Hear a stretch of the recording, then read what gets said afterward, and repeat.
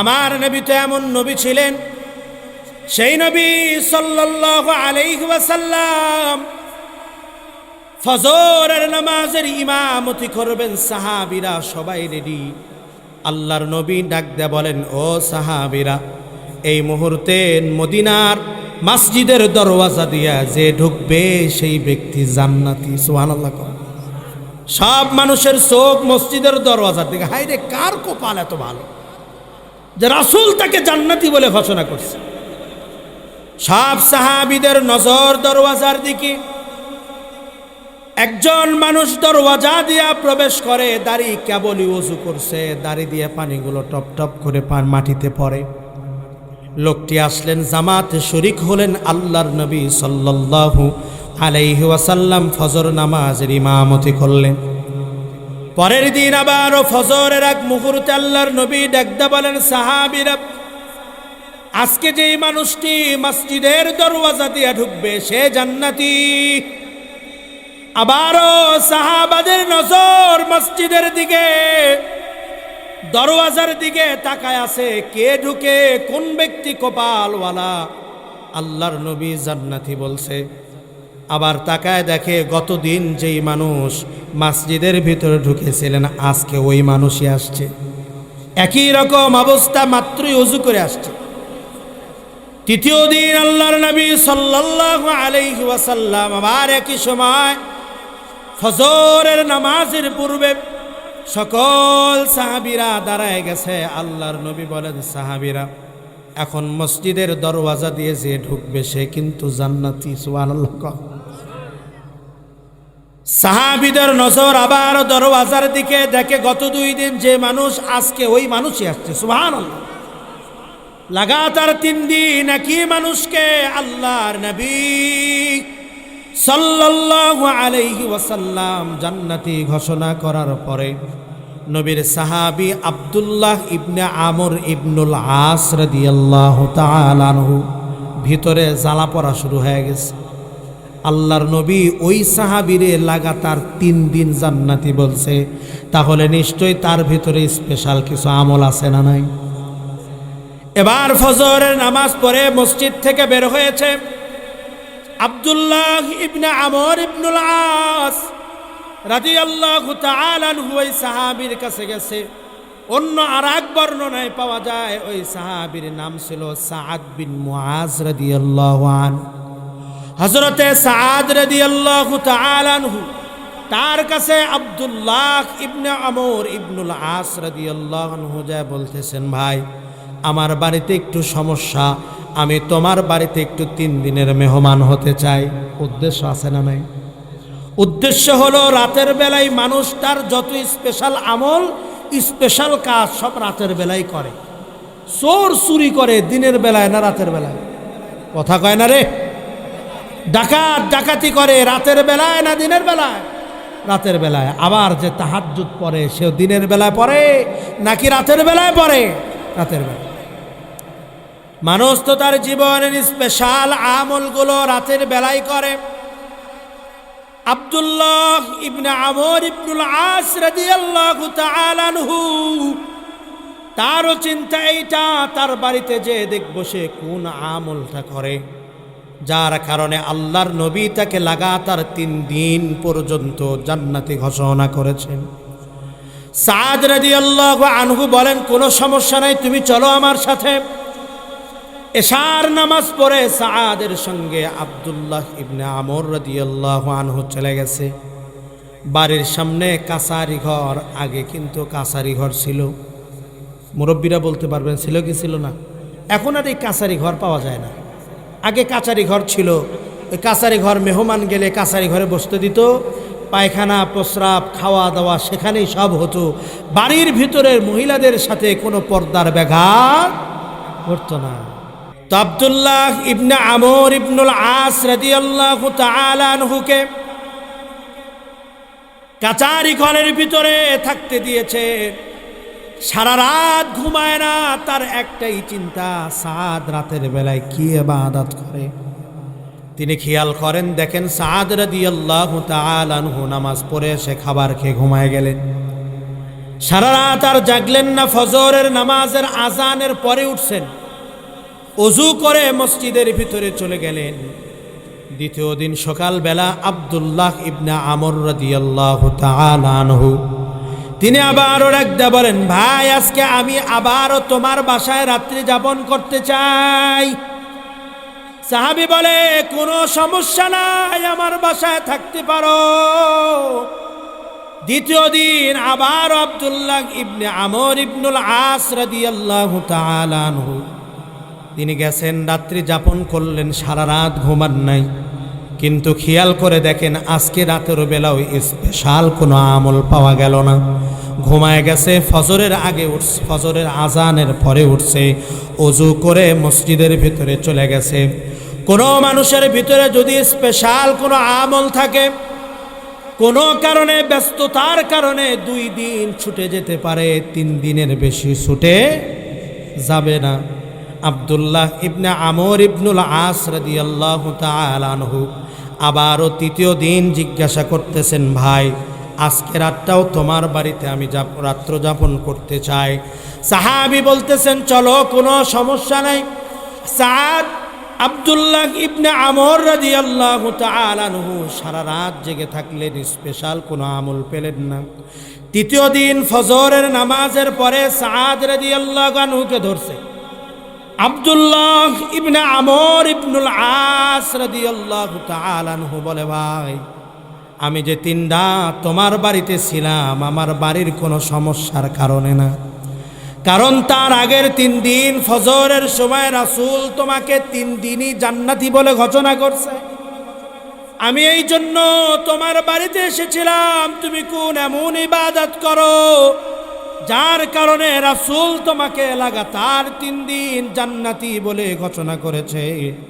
সাদ রাদিয়াল্লাহু আনহু ডাকতে বলেন, ভাই তুমি যে আশায় আমার বাড়িতে এসেছো, এমন কোনো স্পেশাল আমল আমার ভিতরে নাই।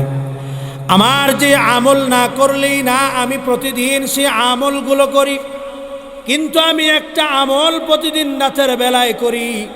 আমি যখন ঘুমাতে যাই, ঘুমাতে যাওয়ার পূর্বে সারাদিন আমাকে যে যে কষ্ট দিয়েছে, আমি তাদের সবাইকে মাফ করে দিয়ে ঘুমাতে যাই।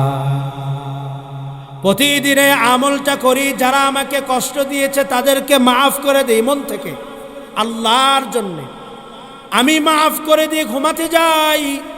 আব্দুল্লাহ ইবনে সাআব আব্দুল্লাহ ইবনে আমর ইবনুল আস রাদিয়াল্লাহু আনহু বলেন, তোমার অন্যান্য যত ইবাদত আমরাও তো সব ইবাদতই করি, কিন্তু তুমি যেই ইবাদত করো এই ইবাদত তো আমরা কোনোদিন করি নাই।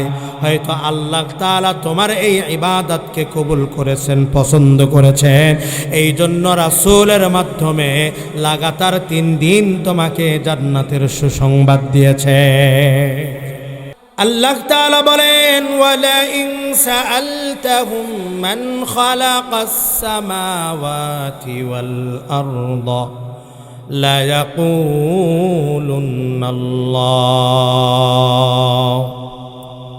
আল্লাহ তাআলা নবীকে ডাকদা বলেন, নবী গো, আপনি যদি মক্কার মুশরিকদের কাছে প্রশ্ন করেন, আপনারা যদি বুঝে থাকেন তাহলে বলেন, মুশরিক যাদের বলা হয় তাদের ঈমান আছে নাকি নাই? ঈমান যাদের আছে তাদেরকে মুশরিক বলা হয়, ঈমানওয়ালাদেরকে ঈমানদার বলা হয়। আর যাদের ভিতরে ঈমান নাই, মুশরিক, আল্লাহ তাআলার সাথে শিরিক করে, আল্লাহ ব্যতীত একাধিক খোদা মানে, তাদেরকে মুশরিক বলা হয়। আল্লাহ তাআলা নবীকে ডাকতে বলছেন, নবী গো, আপনি যদি মক্কার কাফেরদেরকে জিজ্ঞাসা করেন, ওয়ালা ইন সাআলতাহুম মান খালাকাস সামাওয়াতি ওয়াল আরদা, আপনি যদি তাদেরকে বলেন, বলো তো দেখি আসমান সমূহ জমিন কে সৃষ্টি করেছে? আল্লাহ তাআলা 2টা তাকিদ যুক্ত করে দিয়া বলেন, নবী গো, আপনি যদি তাদের কাছে জিজ্ঞাসা করেন আসমান কে বানাইলো, জমিন কে বানাইছে, অবশ্যই অবশ্যই মক্কার মুশরিকরা বলবে লা ইয়াকুলুন্নাল্লাহ, অবশ্যই অবশ্যই আসমান এবং জমিন সৃষ্টি করেছেন আল্লাহ। তাহলে কি বুঝলেন? মৌখিক স্বীকারোক্তি মক্কার মুশরিকরাও দিছে নাকি দেয় নাই? আবারও আল্লাহ তাআলা বলেন, নবী গো, আপনি যদি তাদেরকে জিজ্ঞাসা করেন, ওয়ালাইন সাআলতাহুম মান নাযালা মিনাস সামাই মাআ ফাআহইয়া বিহিল আরদা বা'দা মাউতিহা, আল্লাহ তাআলা নবীকে ডাকদা বলেন, নবী গো, আপনি যদি আবারও তাদের জিজ্ঞাসা করেন, বলো তো দেখি, মান নাযালা মিনাস সামাই মাআ, আসমান থেকে পানিগুলোকে বর্ষণ করে। শুধু তাই নয়, ফাআহইয়া বিহিল আরদা বা'দা মাউতিহা, ওই পানি দ্বারা শুকনো মৃত জমিনগুলোকে কে পুনরুজ্জীবিত করে? আল্লাহ তাআলা বলছেন, নবী গো, আপনি তাদের কাছে প্রশ্ন করেন, চৈত্র মাসের রোদে ফেটে চৌচির হয়ে যাওয়া ফসলের অনুপযুক্ত জমিনকে পানির মাধ্যমে কে উপযুক্ত করে দেয়? আপনি যদি মক্কার মুশরিকদের কাছে কথা জিজ্ঞাসা করেন, তাহলে তারা বলবে, দুইটা তাকিদ যুক্ত করে দিয়ে আল্লাহ তাআলা বলবেন, লা ইয়াকুলুন্নাল্লাহ, তারা বলবে অবশ্যই অবশ্যই আসমান থেকে পানিও বর্ষণ করেন আল্লাহ, মৃত জমিনকে জীবিতও যিনি করেন তিনি কে? আবার আল্লাহ তাআলা বলেন, নবী গো, আপনি যদি তাদের কাছে আবারও জিজ্ঞাসা করেন, ওয়ালাইন সাআলতাহুম মান খালাকাহুম লা ইয়াকুলুন্নাল্লাহ, ও নবী, আপনি যদি ওই মুশরিকদের আবার জিজ্ঞাসা করেন, তোমাদের সৃষ্টিকর্তাকে, তোমাদের বানিয়েছেন কে, তোমাদের স্রষ্টাকে? আল্লাহ তাআলা বলে দেন, নবী গো, তারা কিন্তু নাস্তিকদের মতো কথা বলবে না, এমনি এমনি হয়ে গেছি, প্রাকৃতিকভাবে হয়ে গেছি, বানর থেকে আমাদের জন্ম, কথা তারা বলবে না, বরং তারা বলবে, লা ইয়াকুলুন্নাল্লাহ, আমার আপনার পিতা মাতা সব কিছুকে যিনি সৃষ্টি করেছেন তিনি হলেন আল্লাহ। আল্লাহু আকবার বলেন। তাহলে এতক্ষণের আলোচনায় আমরা বুঝলাম যে মৌখিক স্বীকারোক্তি আল্লাহ আমাদের রব, এই স্বীকারোক্তি মুশরিক যাদের ঈমান নাই তারাও দিছে কি দেয় নাই? আমার ভাইয়েরা, আমরা যদি আরেকটু সামনে আগায় যাই, রাসূলের হাদিসের মাঝে আমরা দেখতে পাই যে আল্লাহর রাসূল কথা বলেছেন, মুশরিক শুধু আল্লাহকে মানছে তা নয়, বরং সৃষ্টিকর্তা হিসাবে তারা আল্লাহর উপরে বিশ্বাস আনছে। শুধু তাই নয়, বরং তারা আল্লাহর কাছে দোয়াও করছে, আল্লাহ তাদের দোয়া কবুলও করছে। কন্যা সুবহানাল্লাহ। আল্লাহর নবী সাল্লাল্লাহু আলাইহি ওয়াসাল্লামের হাদিসের বর্ণনা, আল্লাহর নবী বলেন, বদরের দিন সকালবেলা আবু জাহেল আল্লাহর রাসূল সাল্লাল্লাহু আলাইহি ওয়াসাল্লাম বলেন, আবু জাহেল বদরের দিন সকালবেলা আল্লাহ তাআলার কাছে দোয়া করে, আল্লাহ, আজকে যারা ঈমানের উপরে আছে, হকের পথে আছে, সত্যের পথে আছে, আপনি তাদেরকে বিজয় দান করে দেন। আল্লাহর নবী সাল্লাল্লাহু আলাইহি ওয়াসাল্লাম বলেন, আল্লাহ তাআলা আবু জাহেলের ওই দোয়া সেদিন কবুল করেছিলেন। বদরের দিন হকের উপরে যারা আছে, ঈমানের উপরে আছে, সত্যের উপরে যারা আছে, তথা মুসলমানদেরকে আল্লাহ তাআলা বিজয় দিয়েছিলেন। তাহলে কি বুঝলেন? যে মুশরিকরাও আল্লাহ তাআলার অস্তিত্বে বিশ্বাস করতেন। তারা একথা বলতেন যে আমাদের সৃষ্টি আল্লাহই করছেন। তাদের আল্লাহ তাআলার অস্তিত্বের উপরে ঈমান ছিল, কিন্তু তারা শিরিক করার কারণে তাদের এই বিশ্বাস কোনো কাজে আসে নাই। এই জন্যই তো আল্লাহ তাআলা বলছেন শুধুমাত্র বিশ্বাস করলে হবে না, আমার আল্লাহ তাআলা যে সব পারেন এর উপরে অটল থাকার দরকার আছে না না। এই জন্য আল্লাহ তাআলা কোরআনের অপর আয়াত নাজিল করে দিয়া বলেন, গুলাম ওয়ামা খালাকতুল জিন্না ওয়াল ইনসা ইল্লা লিয়াবুদুন, আমি আল্লাহ মানুষ এবং জিন জাতিকে বানাইছি তো আমার ইবাদত করার জন্য। আল্লাহ তাআলা এ কথা জানাই দিতে চান, ও গোলাম তোমরা আমার ইবাদতে আটকায় যাও, অন্য কারো ইবাদতের ভিতরে লাগো না। কারণ আল্লাহ তাআলা বলেছেন সিজদা করো কাকে? যদি আপনারা ওয়াজ বুঝে থাকেন তাহলে বলেন ইবাদত পাওয়ার একমাত্র হকদারকে। আবার বলেন ইবাদত পাওয়ার একমাত্র হকদারকে। তাহলে আল্লাহ তাআলা যদি ইবাদত পাওয়ার হকদার হয় তাহলে আমি আপনি সিজদা যতগুলো দিব সবগুলো দিতে হবে কার পায়ে? আপনি যদি এখন আল্লাহর পা বাদ দিয়া বাবার পা ধরেন তাহলে ভেজাল আছে না নাই? এই দুনিয়ার জমিন এমন মানুষও আছে আল্লাহর সিজদা বাদ দিয়ে বাবার পায়ে সিজদা দেয়, আছে না নাই? কথা কয় না রে, আছে না নাই? দুনিয়ার জমিনে এমন অনেক মানুষ আছে আল্লাহর ইবাদত বাদ দিয়া মাজারের ইবাদত করে। আল্লাহ তাআলা বলেন, গোলাম আমি তো তোমাকে বানালাম আমি আল্লাহর ইবাদত করার জন্যে। আল্লাহ তাআলা বলেন, গোলাম আমি বানাইলাম তোমাকে আমায় রব আমি আল্লাহর ইবাদত করার জন্যে।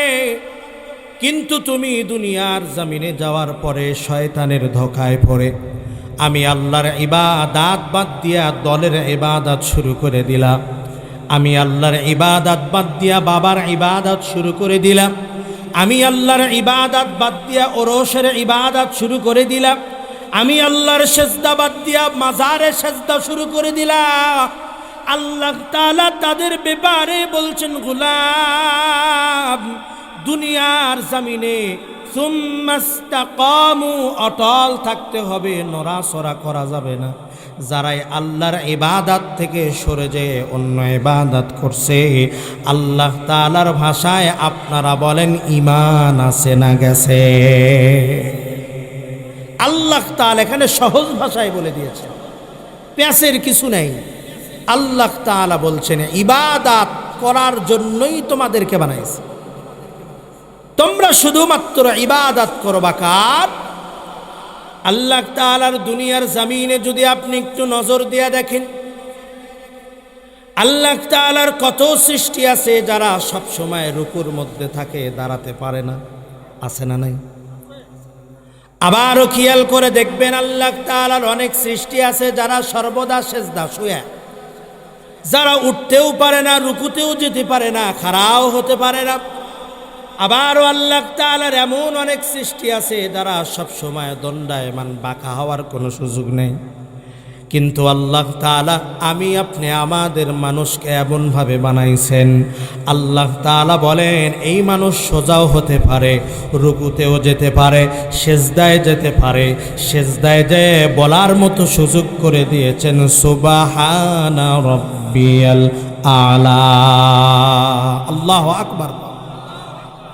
আমি আপনি দুনিয়ার জমিনে নামাজি পড়ি না, সুবহান রাব্বিয়াল আলা বুঝবো কেমন? আল্লাহ তাআলা নামাজি হতে বললে নামাজি পড়লাম না, কিন্তু সুবহানা রাব্বিয়াল আলার মর্যাদা কেমনে বুঝবো বলেন? যদি জিজ্ঞাসা করা হয় সুবহানা রাব্বিয়াল আলা রুকুতে না সিজদায়, অনেকে প্যাঁচ লেগে দেব। কথা কয় না? লাগবো কি লাগবো না?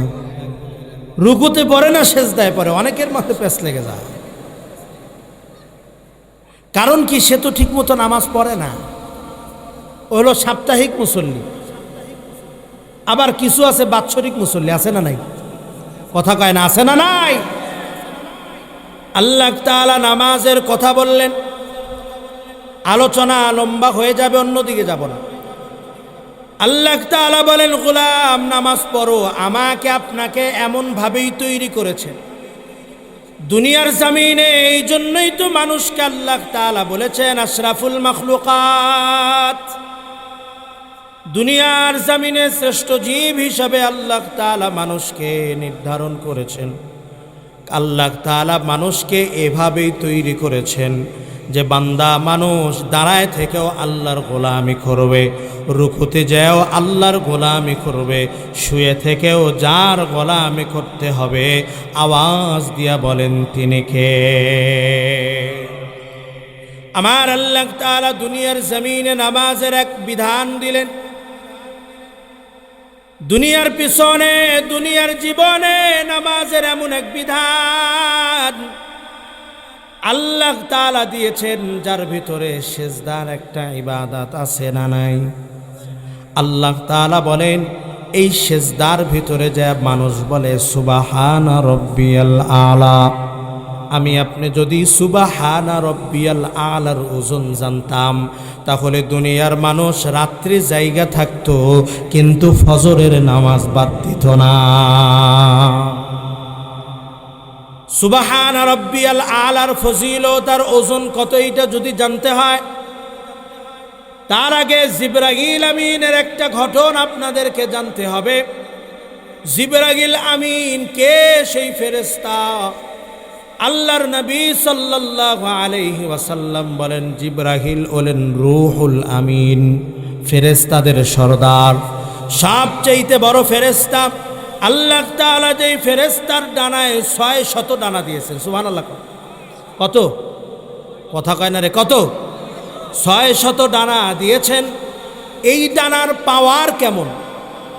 তিনি কতটুক গতিতে উঠতে পারেন, তার গতি কেমন, এইটা বুঝতে হলে আমাকে ইউসুফ আলাইহিস সালামের ঘটনা শুনতে হবে। হযরত ইউসুফ আলাইহিস সালামকে যে কুয়ার ভিতরে ফালায় দেওয়া হয়েছিল, এরকম ঘটনা শুনছেন?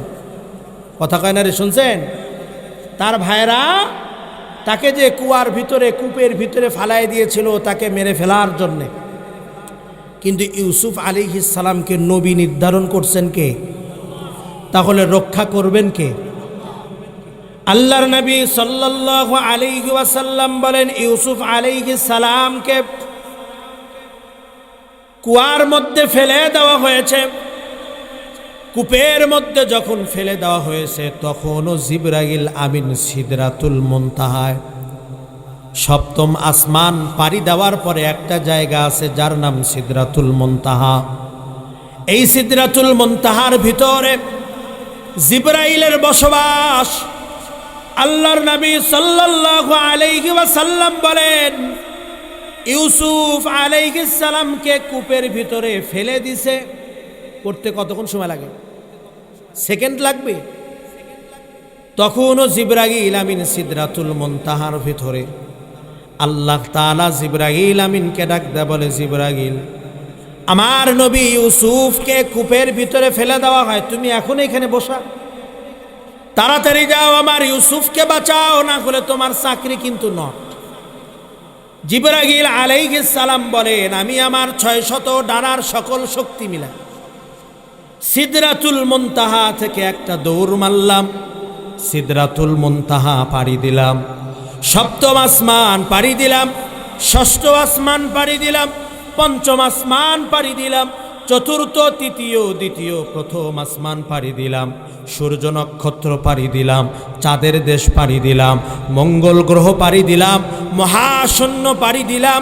সব পাড়ি দিয়ে ইউসুফ আলাইহিস সালামকে কূপের ভিতরে ফেলে দেওয়া হয়েছে।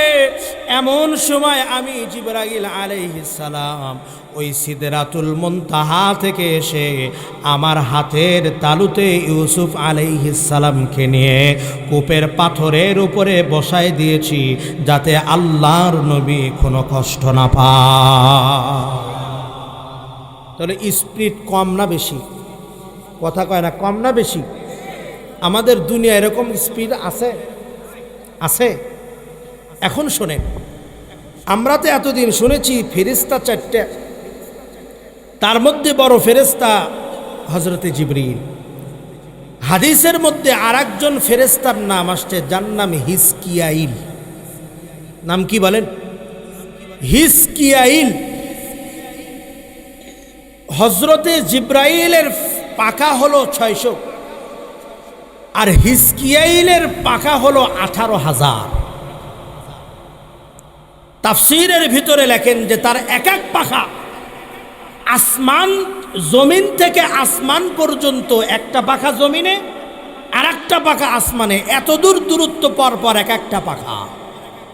এইরকম 18,000 পাখা আল্লাহ তাআলা হিজকিয়াইলকে দান করেছে। তাহলে ওই ফেরেশতা আবার কত বড়, তার স্পিরিট আবার কত বড়, চিন্তা করেন। এবার আসেন, এই হিজকিয়াইল আল্লাহর সবচেয়ে বড় সৃষ্টির মধ্যে একজন সৃষ্টি। সে একদিন চিন্তা করতেছে, আমি আল্লাহ তাআলার এত বড় একটা সৃষ্টি, আল্লাহ তাআলার এত বড় আরশ, এই আরশ আমি তো চাইলে একটু ঘুরে দেখেও আসতে পারি। আল্লাহ তাআলা আমাকে এত শক্তি দিলেন, এত পাখা দিলেন, আমি তো কোনোদিন চেষ্টাও করলাম না। একদিন তাহলে একটু চেষ্টা করে দেখা যাক যে আল্লাহ তাআলার আরশটা ঘুরে আসা যায় কিনা। আল্লাহর নবী সাল্লাল্লাহু আলাইহি ওয়াসাল্লাম বলেন, হিজকিয়াইল যখন এই নিয়ত করেছে আরশ ঘুরে দেখবে, আল্লাহ তাআলা দেখলেন বোকা নিয়ত করছে, করার কিছু নাই, এবার তাকে সাহস দিতে হবে। আল্লাহ তাআলা আরো 18,000 পাখা দান করছে। আগে ছিল কত? আবার 18, তাহলে কত হলো? 36,000 পাখা নিয়ে আল্লাহর ফেরেশতা হিজকিয়াইল আল্লাহর আরশ দেখার জন্য রওনা হয়েছে। আল্লাহ তাআলা বলেন, হিজকিয়াইল 1 বছর 2 বছর নয়, 20,000 বছর উঠছে। কয় হাজার? 20,000 বছর উঠছে। হিজকিয়াইল বলে, 20,000 বছর উড়ার পরেও আমি আল্লাহ তাআলার আরশের খুঁটির একটার মাথাও খুঁজে পাই না। একটা খুঁটির মাথা পর্যন্ত আমি যেতে পারি নাই। হিজকিয়াইল নিরাশ হয়ে গেছে। আল্লাহ তাআলা বলেন, নিরাশ হও না, আল্লাহ তাআলা তাকে আরো পাখা দান করছে, আরো শক্তি দান করেছে। এবার আল্লাহ তাআলা বলেন, যা উড়ো, এবার আবার একবার চেষ্টা করে দেখো। হিজকিয়াইল আরো 30,000 বছর, সর্বমোট 50,000 বছর উঠছে। আল্লাহর নবী সাল্লাল্লাহু আলাইহি ওয়াসাল্লাম বলেন, হিজকিয়াইল তার সকল পাখা, সকল শক্তি ব্যয় করে 50,000 বছর উড়ার পরেও আল্লাহ তাআলার আরশের একটা খুঁটির নিচে থেকে মাথা পর্যন্ত যেতে পারে না। এবার মূল কথার ভিতরে আসেন। আল্লাহর নবী সাল্লাল্লাহু আলাইহি ওয়াসাল্লাম জিবরাইল আমিনকে ডাক দেয়া বলেন, ভাই জিবরাইল, আমার কোন উম্মত নামাজের ভিতরে হোক অথবা নামাজের বাহিরে যদি একবার বলে সুবহানা রাব্বিয়াল আলা, তাহলে তার সওয়াব কেমন হবে, তার ওজনটা কেমন হবে? জিবরাইল আমিন ডাক দেয়া বলেন, ইয়া রাসূলুল্লাহ, ইয়া হাবিবাল্লাহ, আপনার উম্মত নামাজের বাহিরে বলুক আর নামাজের ভিতরে বলুক, যদি একবার বলে সুবহানা রাব্বিয়াল আলা, জিবরাইল আমিন ডাক দেয়া বলেন, ইয়া রাসূলুল্লাহ, সমস্ত দুনিয়ার মহাশূন্য, প্রথম আসমানের মহাশূন্য, দ্বিতীয় আসমান তার মহাশূন্য, চতুর্থ পঞ্চম ষষ্ঠ আসমান তার মহাশূন্য, সপ্তম আসমান তার মহাশূন্য, সিদরাতুল মুনতাহা। আল্লাহ তাআলার এই যে বিশাল বড় আরশ, এই সব কিছু যদি এক পাল্লায় উঠায় দেওয়া হয় আর এক পাল্লার ভিতরে যদি সুবহানা রাব্বিয়াল আলা উঠায় দেওয়া হয়, জিবরাইল আমিন বলেন, ইয়া রাসূলুল্লাহ, আরশ, কুরসি, মহল্লা, আরশ, কুরসি, সিদরাতুল মুনতাহা, 7 আসমান, দুনিয়ার সকল কিছু, পাহাড় পর্বত, যেই পাল্লার ভিতরে উঠায় দেওয়া হবে ওই পাল্লা উপরে উঠে যাবে। আর সুবহানা রাব্বিয়াল আলার পাল্লা আল্লাহ তাআলা নিচে নামায় দিবে। তাহলে সুবহানা রাব্বিয়াল আলার দাম আছে না নাই? ওজন আছে না নাই, কম নাকি বেশি? এই জন্য সুবহান রাব্বিয়াল আলা বলার জন্য নামাজের দরকার আছে না নাই? কিন্তু মুসলমান সব করতে রাজি আছে, নামাজ পড়তে রাজি নাই। হাজী সাহেব হজ করে আসে সুদের ব্যবসা করে, হজের যায় তো সব মাফ করে নিয়েই আসছে, আবার নতুন করে ব্যবসা শুরু করে। হুজুর একটু ব্যবসা শুরু করছে, দোয়া করেন ব্যবসায় যেন বরকত হয়। পরে খোঁজলে দেখে ব্যবসা সুদের, ব্যবসা শুরু করছে সুদের, দোয়া চায় হুজুরের কাছে ব্যবসা যেন কি হয়, বরকত হয়। আমার ভাইরা, আল্লাহ তাআলা আমাদের এই পৃথিবীর জমিনে আমাকে আপনাকে পাঠিয়েছেন। আল্লাহ তাআলা কত দয়া করে, মায়া করে, ভালোবেসে, লাকাদ খালাকনাল ইনসান ফি আহসানি তাকবীর, সব চাইতে সুন্দর করে আল্লাহ তাআলা মানুষ বানিয়েছেন। কন্যা সুবহানাল্লাহ। দুনিয়ার জমিন আপনি যা কিছুই দেখেন না কেন, আল্লাহ তাআলা বলেন, গোলাম দুনিয়ার জমিনে তুমি তোমার চোখ দিয়ে যা কিছু দেখো না কেন, তোমার বাড়ির আশেপাশে যত সৃষ্টিজীব দেখতে পাও না কেন, সব তোমার খেদমতের জন্য বানাইছে। কিন্তু একমাত্র, কেবলমাত্র, শুধুমাত্র মানুষ তোমাকে আমি আল্লাহ বানাইছি আমার ইবাদতের জন্যে। এই জন্য দুনিয়ার জমিনে ইবাদত করতে হবে। সুম্মাস্তাকামু, ইবাদত করতে হবে ইখলাসের সাথে আল্লাহর জন্যে। ইবাদত যদি আল্লাহ বাদ দিয়া মানুষের জন্য হয় তাহলে ওই ইবাদত কবুল হবে না। এই দুনিয়ার ইবাদত যদি মানুষ দেখানো হয় তাহলে ওই ইবাদত আমার আপনার জাহান্নামে যাওয়ার কারণ হয়ে যাবে। এই জন্য আল্লাহর নবী সাল্লাল্লাহু আলাইহি ওয়াসাল্লাম বলেন, কিয়ামতের ময়দানে আল্লাহ তাআলা তিন শ্রেণীর মানুষকে ডাক দিয়ে বলবেন, গোলাম। প্রথমত আল্লাহ তাআলা শহীদকে ডাক দিয়ে বলবেন, শহীদ দুনিয়ার জমিনে জীবন বিলিয়ে দিয়েছিলে, কেন বিলিয়ে দিয়েছিলে? শহীদ বলবে, আল্লাহ দুনিয়ার জমিনে শহীদ হয়েছিলাম আপনার রাজি খুশির জন্যে। আল্লাহ তাআলা বলবে, না না, এইটা মিথ্যা কথা। তুমি তো শহীদ হয়েছিলে, মানুষ তোমাকে শহীদ বলবে, মানুষ তোমার প্রশংসা করবে, তোমাকে কিয়ামত পর্যন্ত মানুষ স্মরণ রাখবে। তা তো তুমি পাইয়াই গেছো। আজকে আমার কাছে তোমার পাওয়ার মতো কিছু নাই। আজকে তোমার ঠিকানা হলো চিরস্থায়ী জাহান্নাম। আবার আল্লাহ তাআলা একজন দানবীরকে ডাকবে, তার জীবনের সকল উপার্জন আল্লাহর পথে দান করেছে এমন একজন ব্যক্তিকে আল্লাহ তাআলা ডাকতে বলবে, গোলাম তুমি তোমার জীবনের উপার্জিত সম্পদগুলো কোন পথে ব্যয় করেছো, কেন ব্যয় করেছো?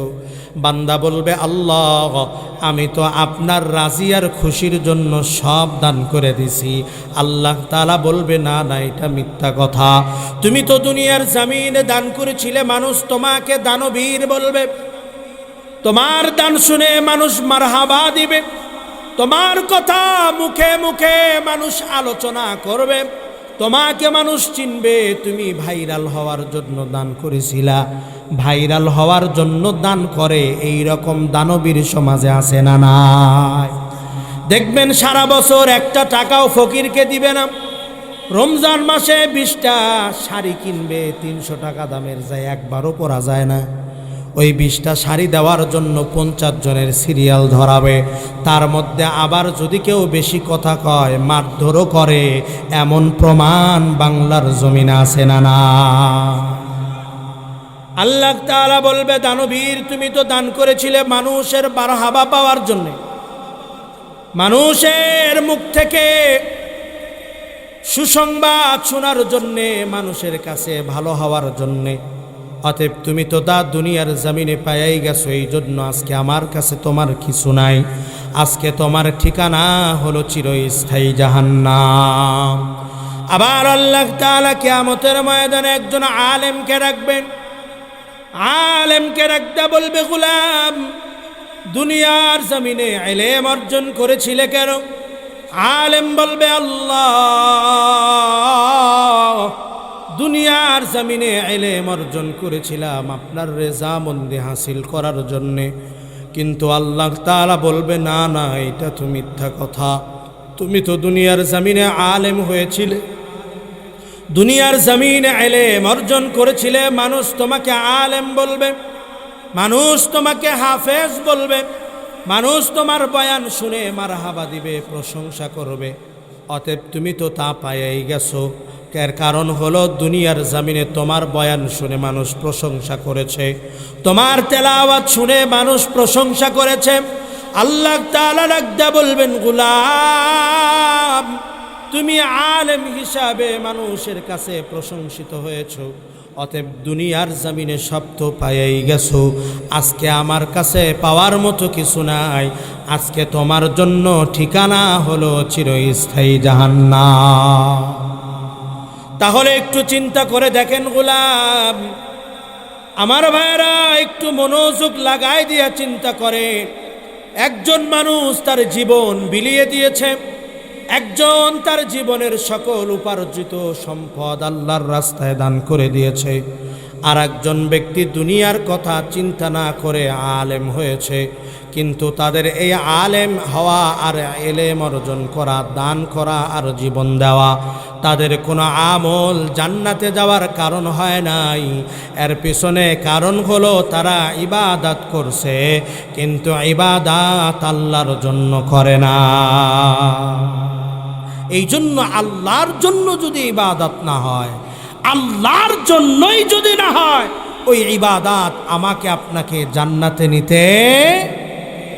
আল্লাহ তাআলা এই কথাই বলছেন, সুম্মাস্তাকামু, অটল থাকতে হবে, ইখলাস থাকতে হবে। ইবাদতের ভিতরে যদি ইখলাস নিয়ে ইবাদত করেন, ইখলাস পূর্ণ ইবাদত, অল্প ইবাদত নাজাতের জন্য যথেষ্ট। আল্লাহর রাসূল সাল্লাল্লাহু আলাইহি ওয়াসাল্লাম বলেন, আখলিস দীনাকা ইয়াকফিকাল আমালুল কলিল। তোমার আমলটা অল্প, তোমার আমল অতিরঞ্জিত না, কিন্তু অল্প আমল। তুমি 5 ওয়াক্ত নামাজ পড়েছো, ওয়াজিব সুন্নাতে মুক্কাদা পালন করেছো, কিন্তু তুমি অতিরিক্ত নফল নামাজ পড়তে পারো নাই। তাহাজ্জুদের আমলটা তুমি করতে পারো নাই, কিন্তু যতটুক না করলে না, তুমি নিয়মিত করছো, গ্যাপ দেয় নাই, ইখলাসের সাথে করছে, যা করছে ইখলাসের সাথে করছে। আল্লাহর রাসূল বলেন, এই অল্প আমল আল্লাহ তাআলার নাজাত পাওয়ার জন্য যথেষ্ট। এই জন্য মুসলমান, আমি আপনি আমার জীবনে যত আমল করব, এই আমলগুলো ইখলাস পূর্ণ হওয়া চাই, এই আমলগুলো আল্লাহর জন্য হওয়া চাই। আল্লাহর জন্য যদি না হয়, তাহলে আমার আমল কোনো কাজে আসবে না। এই জন্য আল্লাহ তাআলার কাছে সুন্দর ইবাদত পছন্দ, সুন্দর মানুষ আল্লাহ তাআলার কাছে পছন্দ নয়। মানুষের কাছে আর আল্লাহ তাআলার কাছে সৌন্দর্যের একটা পার্থক্য আছে। বলেন, আমাদের কাছে, আমাদের এই মঞ্চে যদি এখন আফ্রিকান এক কালো মানুষ এখানে দাঁড় করায় দেওয়া হয়, তাহলে এইটা আপনাদের কাছে ভালো না কালো? এই লোকটা ভালো না কালো? কালো। কারণ আমাদের কাছে ওই লোক ভালো যার চেহারা সুরত ভালো, সুঠাম দেহ, দেখতে শুনতে সেই রকম চকচকা চেহারা, সে হলো মানুষের কাছে ভালো। কিন্তু আল্লাহ তাআলার কাছে ভালোর উদাহরণটা অন্যরকম।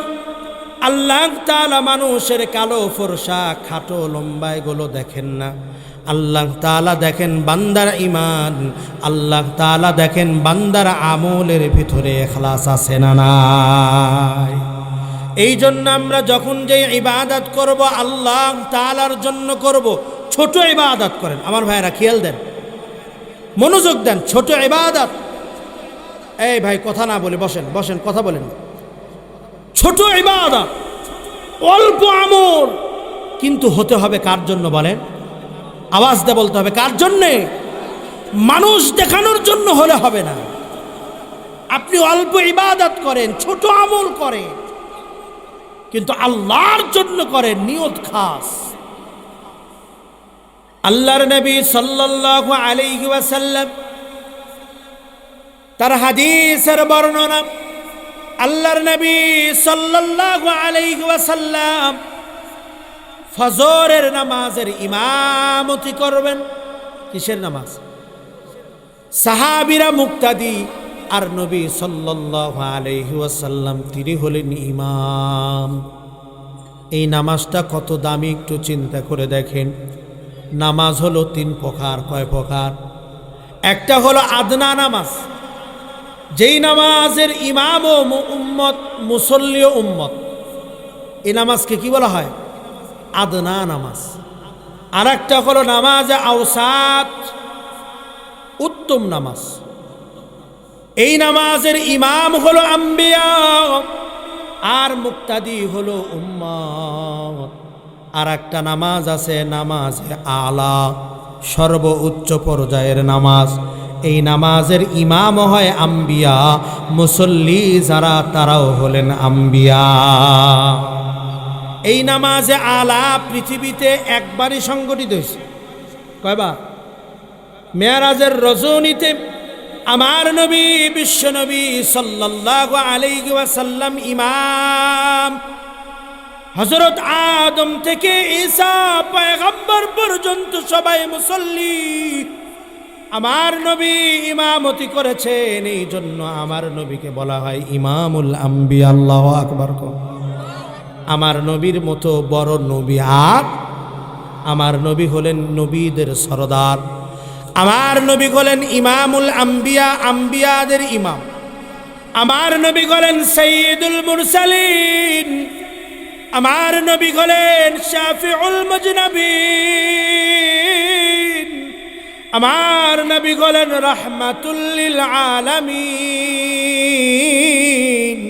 আমার নবী এমন নবী, আমার নবীর চেহারা দেখে মানুষ মুসলমান হয়ে গেছে। আরো আসতে কোন? আমার নবীর চরিত্রটা এত সুন্দর ছিল, আমার নবীর চরিত্রটা এত সুন্দর, আমার নবীর চেহারা মোবারক এত সুন্দর। আমার নবীর চেহারা মোবারক দেখে কত ইহুদি কাফের থেকে মুসলমান হয়ে গেছে। আমার নবীর কণ্ঠের তেলাওয়াত এত সুন্দর, আমার নবীর তেলাওয়াতে কোরআন শুনে কত কাফের মুশরিক ঈমান এনে মুসলমান হয়ে গেছে। আমার নবীর বিরুদ্ধে মুশরিক কাফেররা কত ষড়যন্ত্রই না করল। আমার নবীরে পাগল বানাইছে, বানায় নাই বলে? মক্কার ভিতরে ছড়ায় দিয়েছে। মক্কার ভিতরে নতুন এক মানুষের আবির্ভাব হচ্ছে, নাম তার মুহাম্মদ, কিন্তু পাগল। আবু জাহেল, আবু লাহাব, উতবা, সাইবা চিন্তা করেছে মুহাম্মাদের ইসলাম যেভাবে প্রচার হওয়া শুরু করেছে, এখন যদি সামনে হজের মৌসুম, এখন হজের সময়, এর আগে তো মক্কার ভিতরে একটা বাউন্ডারি ছিল, শুধু মক্কার মানুষেরাই জানতো, ইসলাম আনতো। কিন্তু এখন তো মক্কার বাহির থেকে বিভিন্ন জায়গা থেকে মানুষ আসবে।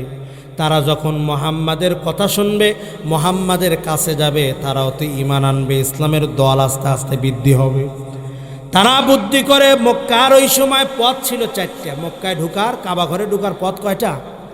4 রাস্তার মোড়ে মোড়ে যুবকদের দাঁড় করায় দিছে। যখন যে আসে তার কানে কানে যুবকেরা বলে, মক্কার ভিতরে নতুন এক পাগলের আবির্ভাব হয়েছে, নাম তার মুহাম্মদ। তার আশেপাশেও যান যায়ও না, কারণ তার কথা যে শুনে তার সংসারের ভিতরে ফাটল ধরে। তার কথা শোনার পরে বাপের কাছ থেকে ছেলে আলাদা হয়ে গেছে, মায়ের কাছ থেকে মেয়ে আলাদা হয়ে গেছে, সন্তানের কাছ থেকে পিতা আলাদা হয়ে গেছে, স্বামীর কাছ থেকে স্ত্রী আলাদা হয়ে গেছে। আসলে তারা কথা যেটা বলছে কথা কিন্তু সত্য, কিন্তু একটু ঝাল লবণ মাখায় বলছে। কারণ আমার নবী সাল্লাল্লাহু আলাইহি ওয়াসাল্লাম যখন ঈমানের দাওয়াত দিয়েছেন, মক্কার ভিতরে অনেক মানুষ ঈমান আনছে, অনেকে আনে নাই। পিতা ঈমান আনছে, সন্তান ঈমান আনে নাই। এক জায়গায় থাকতে পারবে? অটোমেটিক সন্তান আর পিতার ভিতরে ভাগ হয়ে গেছে, কি যায় নাই? স্বামী ঈমান আনছে, স্ত্রী ঈমান আনে নাই। স্বামী স্ত্রী আলাদা হয়ে যাওয়া লাগবে কি লাগবে না? কথা কিন্তু সত্য বলছে, কিন্তু একটু ঝাল লবণ মাখায় বলছে। হজের মৌসুম পার হয়ে গেছে, হজ শেষ হয়ে গেছে। বাহির থেকে যারা আসছিলেন আমাদের দেখবেন একটা অভ্যাস আছে, যে কথা মানা করা হয় ওই কাজ করার আগ্রহ বেশি থাকে, কথা কয় না? এখন সব মানুষ হজ শেষ করে যাওয়ার সময় চিন্তা করতেছে, হজ করতে এত খরচ, আবার কবে আসা হয় কি না হয় তার কোনো ঠিক ঠিকানা নেই। যাওয়ার সময় পাগলটা দেখেই যায়, সুবহানাল্লাহ কয় না? সব মানুষ পাগল দেখার জন্য লাইন ধরছে। মক্কার মানুষরে জিজ্ঞাসা করে, তোমাদের এলাকায় নতুন পাগলের বাড়ি কোথায়? সবাই খাদিজাতুল কুবরার বাড়ি দেখায় দেয়, এইটাই পাগলের বাড়ি। মদিনা থেকে একদল মানুষ গেছে, যা বলতেছে পাগলের বাড়ি কই? দেখায় দিছে। রাসূলুল্লাহ সাল্লাল্লাহু আলাইহি ওয়াসাল্লাম যখন দেখছেন বাহির থেকে একদল মেহমান আসে, তিনি ঘর থেকে বাহির হয়ে আসছেন, আহলান সাহলান মারহাবান, ভাই আসেন, আমার বাড়িতে আসছেন, অনেক খুশি হয়েছি, আসেন বসেন। আল্লাহর নবী তাদেরকে বসতে দিয়েছে, খেজুর খেতে দিয়েছে, জমজমের পানি খাবার দিয়েছে। জমজমের পানি আর খেজুর খায়, আর মদিনার লোকেরা একে অপরের সাথে কথা বলে, কিরে পাগল কই? ওনারা আর পাগল খুঁজে পায় না, যে পাগলটা কই? আমরা যে পাগল দেখার জন্য আসলাম, সে পাগলটা কই? কারণ পাগল যে হয় তার সুরত কিন্তু আলাদা হয়। পাগলের দেখবেন চুলগুলো এলোমেলো, শার্টের 5টা বোতাম, তার ভিতরে 2টা আছে, এই উপরেরটা নিচে লাগাইছে। মুখে লোকগুলো দেখবেন 1.5 ইঞ্চি লম্বা হয়ে গেছে, ময়লা জমে গেছে, তাও কাটে না। বগলের চুলগুলো লম্বা হয়ে গেছে, দুর্গন্ধ বের হয়ে গেছে। কিন্তু রাসূলের তো সুরাত আল্লাহ তাআলা এমন দিয়েছেন। আয়েশা রাদিয়াল্লাহু তাআলা আনহা বলেন যে আমার নবী যখন আমার ঘরে প্রবেশ করতেন, তখন তোমাদের তো সূর্য সকালবেলা ওঠে, আমার আরেকটা সূর্য আছে যেটা মাগরিবের পরে ওঠে। কন্যা সুবহানাল্লাহ। এই চেহারা ছিলেন আমার নবী। তো ওই মদিনার মানুষেরা খালি আলোচনা করে, কিরে পাগল কোথায়? নবী সাল্লাল্লাহু আলাইহি ওয়াসাল্লাম কথা শোনার পরে তাকে জিজ্ঞাসা করছেন, ভাই আপনারা কি খুঁজেন? কয় আমরা তো নতুন পাগল মুহাম্মদ রে খুঁজি। মুহাম্মদ কে? বলতেছে আমি তো মুহাম্মদ। সুবহানাল্লাহ কয় না? মদিনার মানুষেরা নবী সাল্লাল্লাহু আলাইহি ওয়াসাল্লামের চেহারা দেখার পরে একজন আর একজনের সাথে পরামর্শ করে, পাগলের চরিত্র, পাগলের আচরণ, পাগলের মেহমানদারি আর পাগলের চেহারা যদি এত ভালো হয়, তাহলে আমরাও পাগল হয়ে যাব। চলো মুহাম্মাদের হাতে কালেমা পড়ে মুসলমান হয়ে যা। আমার নবী তো এমন নবী ছিলেন, সেই নবী সাল্লাল্লাহু আলাইহি ওয়াসাল্লাম ফজরের নামাজের ইমামতি করবেন, সাহাবীরা সবাই রেডি। আল্লাহর নবী ডাক দিয়ে বলেন, ও সাহাবীরা, এই মুহূর্তে মদিনার মসজিদের দরওয়াজা দিয়া যে ঢুকবে সেই ব্যক্তি জান্নাতি। সুবহানাল্লাহ। সব মানুষের চোখ মসজিদের দরওয়াজার দিকে। হায় রে, কার কপাল এত ভালো যে রাসূল তাকে জান্নাতি বলে ঘোষণা করছে। সব সাহাবীদের নজর দরওয়াজার দিকে। একজন মানুষ দরওয়াজা দিয়া প্রবেশ করে, দাড়ি কেবলই ওযু করছে, দাড়ি দিয়ে পানিগুলো টপ টপ করে মাটিতে পড়ে। লোকটি আসলেন, জামাতে শরীক হলেন, আল্লাহর নবী সাল্লাল্লাহু আলাইহি ওয়াসাল্লাম ফজর নামাজের ইমামতি করলেন। পরের দিন আবারও ফজরের এক মুহূর্তে আল্লাহর নবী ডাকতে বলেন, সাহাবীরা, আজকে যেই মানুষটি মসজিদের দরওয়াজা দিয়ে ঢুকবে সে জান্নাতি। আবারও সাহাবাদের নজর মসজিদের দিকে, দরওয়াজার দিকে তাকায় আছে, কে ঢুকে, কোন ব্যক্তি কপালওয়ালা। আল্লাহর নবী জান্নাতি বলছে। আবার তাকায় দেখে গতদিন যেই মানুষ মসজিদের ভিতরে ঢুকেছিলেন আজকে ওই মানুষই আসছে, একই রকম অবস্থা, মাত্রই ওযু করে আসছে।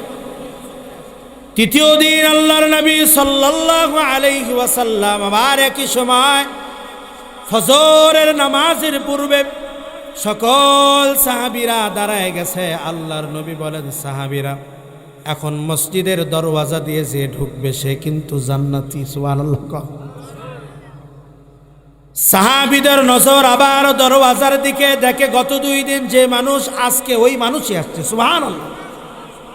লাগাতার 3 দিন একই মানুষকে আল্লাহর নবী সাল্লাল্লাহু আলাইহি ওয়াসাল্লাম জান্নাতি ঘোষণা করার পরে নবীর সাহাবী আব্দুল্লাহ ইবনে আমর ইবনুল আস রাদিয়াল্লাহু তাআলা আনহু ভিতরে জ্বালা পড়া শুরু হয়ে গেছে। আল্লাহর নবী ওই সাহাবীরে লাগাতার 3 দিন জান্নাতি বলছে, তাহলে নিশ্চয়ই তার ভিতরে স্পেশাল কিছু আমল আছে না নাই? এবার ফজরের নামাজ পড়ে মসজিদ থেকে বের হয়েছে আব্দুল্লাহ ইবনে আমর ইবনুল আস রাদিয়াল্লাহু তাআলা আনহু ওই সাহাবীর কাছে গেছে। অন্য আরেক বর্ণনায় পাওয়া যায় ওই সাহাবীর নাম ছিল সাআদ বিন মুআজ রাদিয়াল্লাহু আনহু। হযরতে সাআদ রাদিয়াল্লাহু তাআলা আনহু তার কাছে আব্দুল্লাহ ইবনে আমর ইবনুল আস রাদিয়াল্লাহু আনহু যায় বলতেছেন, ভাই আমার বাড়িতে একটু সমস্যা, আমি তোমার বাড়িতে একটু 3 দিনের মেহমান হতে চাই। উদ্দেশ্য আছে না নাই? উদ্দেশ্য হলো রাতের বেলায় মানুষ তার যত স্পেশাল আমল স্পেশাল কাজ সব রাতের বেলায় করে। চোর চুরি করে দিনের বেলায় না রাতের বেলায়? কথা কয় না রে। ডাকাত ডাকাতি করে রাতের বেলায় না দিনের বেলায়? রাতের বেলায়। আবার যে তাহাজ্জুদ পড়ে সে দিনের বেলায় পড়ে নাকি রাতের বেলায় পড়ে? রাতের বেলায়। মানুষ তো তার জীবনের স্পেশাল আমলগুলো রাতের বেলায় করে। আব্দুল্লাহ ইবনে আমর ইবনুল আস রাদিয়াল্লাহু তাআলা আনহু তারও চিন্তা এইটা, তার বাড়িতে যে দেখব সে কোন আমলটা করে, যার কারণে আল্লাহর নবী তাকে লাগাতার 3 দিন পর্যন্ত জান্নাতি ঘোষণা করেছেন। সাদ রাদিয়াল্লাহু আনহু বলেন, কোনো সমস্যা নাই, তুমি চলো আমার সাথে। এশার নামাজ পড়ে সাআদের সঙ্গে আব্দুল্লাহ ইবনে আমর রাদিয়াল্লাহু আনহু চলে গেছে। বাড়ির সামনে কাছারি ঘর, আগে কিন্তু কাছারি ঘর ছিল। মুরব্বীরা বলতে পারবেন ছিল কি ছিল না? এখন আর এই কাছারি ঘর পাওয়া যায় না। আগে কাছারি ঘর ছিল। ওই কাছারি ঘর মেহমান গেলে কাছারি ঘরে বসতে দিত, পায়খানা প্রস্রাব খাওয়া দাওয়া সেখানেই সব হতো। বাড়ির ভিতরের মহিলাদের সাথে কোনো পর্দার ব্যাঘাত ঘটতো না। আর আজকে কি হসে মুরগির ঘোড়া, সব এক জায়গায় লটর বটর করে, পর্দার কোনো নাম নাই। কথা বলেন ঠিক কি না? পর্দার বিধান দিছে কে? আহারে মানুষ। আগের যুগের মানুষ তাদের ভিতরে পর্দা ছিল না, কিন্তু শরম লজ্জা হায়া ছিল। আগের মানুষগুলো দেখবেন আমাদের দাদি নানিদের সময়কার মানুষ, এখনো তাদের ভিতরে দেখবেন যে হায়া লজ্জাটা পাওয়া যায়। বর্তমান যুগের জিএনজির ভিতরে ওই হায়া লজ্জা আর নাই, ওইটা উঠে গেছে। তারা কিন্তু পর্দা সম্পর্কে অতটা বুঝতো না, কোরআন হাদিস অতটা জানতো না। আগের যুগে এত ঘরে ঘরে আলেমও ছিল না, কোরআনটাই সহি করে পড়া কঠিন ছিল। কোরআনটাই তো সহি করে পড়তে পারতো না। কিন্তু তাদের হায়া লজ্জাটা কেমন ছিল? তাদের হায়া লজ্জাটা এখনো দেখা যায়। দাদি নানিদের বয়সের মহিলা রাস্তা দিয়ে যাইতেছে, পুরুষ মানুষ সামনে দিয়ে আসতেছে, মহিলা কিন্তু বৃদ্ধ, কেউ তাকাবে না। তারপরেও রাস্তার পাশে যায়, এমনভাবে ঘুঙ্গর দেয় তার শরীরের কোনো অংশ বোঝার কোনো কায়দা নাই। আর এখনকার মা বোনেরা দেখবেন এমন বোরকা পরে, ওই বোরকা পরার পরে ছেলেরা আরো বেশি তাকায়। আছে না নাই? আওয়াজ দিয়ে বলতে হবে, আছে না নাই? বোরকার নাম পর্দা নয় আমার মায়েরা, আমার বোনেরা, বোরকার নাম পর্দা নয়। বোরকা দিয়েই পর্দা হয় না। পর্দা হলো আল্লাহ তাআলার বিধান, যেই বিধানের কথা আল্লাহ তাআলা কোরআনের আয়াত নাজিল করে দিয়ে বলছে। আল্লাহ তাআলা বলেন, কুল্লিল মুমিনাতি ইয়াগদুদনা মিন আবসারিহিন্না ওয়া ইয়াহফাযনা ফুরুজাহুন্না। আল্লাহ তাআলা মা বোনদেরকে বললেন, তোমরা তোমাদের নজরকে হেফাজত করো, নজর নিচের দিক দিয়ে চলো, এমন পোশাক পরো যেই পোশাক তোমার শরীরের আকৃতি যেন বোঝা না যায়। আমার মা বোনেরা যারা শুনছেন, আমি আপনাদেরকে আহ্বান জানাবো, আল্লাহ তাআলা আপনাদের উপরেও বিধান দিছে নাকি দেয় নাই? সব বিধান পুরুষদের উপরে দেয় নাই, আপনাদেরও কিছু আইন আছে। কোরআনের বিধান আপনাদের উপরেও আছে, কিন্তু আপনাদের বিধানগুলো সহজ, আপনাদের জান্নাতে যাওয়াটাও সহজ। এই জন্য আপনারা পর্দাশীল হন, আপনারা নামাজি হন। মায়েরা যদি নামাজি হয়, বাড়ির মহিলা যদি নামাজি হয়, খোদার কসম করে বলি ওই বাড়ির প্রত্যেকটা পুরুষ নামাজি হতে বাধ্য। আপনি বাড়ির প্রধান মহিলা, আপনি রান্না করেন, আপনার রান্না না হলে আপনার স্বামী সন্তান ভাত পায় না। আপনি তো কোনোদিন এমন আইন করলেন না নামাজ পড়লে ভাত পাবা, নামাজ নাই ভাতও নাই। এরকম আইন যদি আমার মায়েরা করত, আমার বোনেরা করত, তাহলে কি পরিবারের ভিতরে বেনামাজি থাকতো বলেন? কারণ ওই পুরুষ, ওই যুবকের তো ভাত খায়ার, ভাত রান্না করে খাওয়ার ওই ঢঙও নাই। আর ভাত খেতে হবে, ওই জন্য ওর নামাজও পড়তে হবে। কথা বলেন ঠিক কি না? এই জন্য আগে ঘরের মহিলাদেরকে দিনদার হতে হবে, ঘরের মাদের দিনদার হতে হবে। ঘরের মেয়েরা, ঘরের মায়েরা যদি দিনদার হয়, তাহলে ঘরের পুরুষ ছেলে যারা রয়েছে, সন্তান যারা রয়েছে, তারাও অটোমেটিক দিনদার হয়ে যাবে। তো আব্দুল্লাহ ইবনে আমর ইবনুল আস রাদিয়াল্লাহু তাআলা আনহুকে কাচারি ঘরের ভিতরে থাকতে দিয়েছে। সারা রাত ঘুমায় না, তার একটাই চিন্তা, সাদ রাতের বেলায় কি ইবাদত করে। তিনি খেয়াল করেন, দেখেন সাদ রাদিয়াল্লাহু তাআলা আনহু নামাজ পড়ে সে খাবার খেয়ে ঘুমায় গেলেন। সারা রাত আর জাগলেন না, ফজরের নামাজের আজানের পরে উঠছেন, ওযু করে মসজিদের ভিতরে চলে গেলেন। দ্বিতীয় দিন সকালবেলা আব্দুল্লাহ ইবনে আমর রাদিয়াল্লাহু তাআলা আনহু তিনি আবারও ডাকতে বলেন, ভাই আজকে আমি আবারও তোমার বাসায় রাত্রি যাপন করতে চাই। সাহাবী বলে, কোনো সমস্যা নাই, আমার বাসায় থাকতে পারো। দ্বিতীয় দিন আবার আব্দুল্লাহ ইবনে আমর ইবনুল আস রাদিয়াল্লাহু তাআলা আনহু তিনি গেছেন, রাত্রি যাপন করলেন, সারা রাত ঘুমান নাই। কিন্তু খেয়াল করে দেখেন আজকে রাতের বেলাও স্পেশাল কোনো আমল পাওয়া গেল না।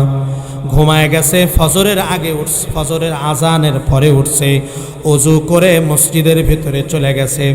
কোনো মানুষের ভিতরে যদি স্পেশাল কোনো আমল থাকে, কোনো কারণে ব্যস্ততার কারণে 2 দিন ছুটে যেতে পারে, 3 দিনের বেশি ছুটে যাবে না। আব্দুল্লাহ ইবনে আমর ইবনুল আস রাদিয়াল্লাহু তাআলা আনহু আবারও তৃতীয় দিন জিজ্ঞাসা করতেছেন, ভাই আজকে রাতটাও তোমার বাড়িতে আমি রাত্র যাপন করতে চাই। সাহাবী বলতেছেন, চলো, কোনো সমস্যা নাই। সাদ আব্দুল্লাহ ইবনে আমর রাদিয়াল্লাহু তাআলা আনহু সারা রাত জেগে থাকলেন, স্পেশাল কোনো আমল পেলেন না। তৃতীয় দিন ফজরের নামাজের পরে সাদ রাদিয়াল্লাহু আনহুকে ধরছে। আব্দুল্লাহ ইবনে আমর ইবনুল আস রাদিয়াল্লাহু তাআলা আনহু বলে, ভাই আমি যে 3 রাত তোমার বাড়িতে ছিলাম, আমার বাড়ির কোনো সমস্যার কারণে না, কারণ তার আগের 3 দিন ফজরের সময় রাসূল তোমাকে 3 দিনই জান্নাতি বলে ঘোষণা করছে।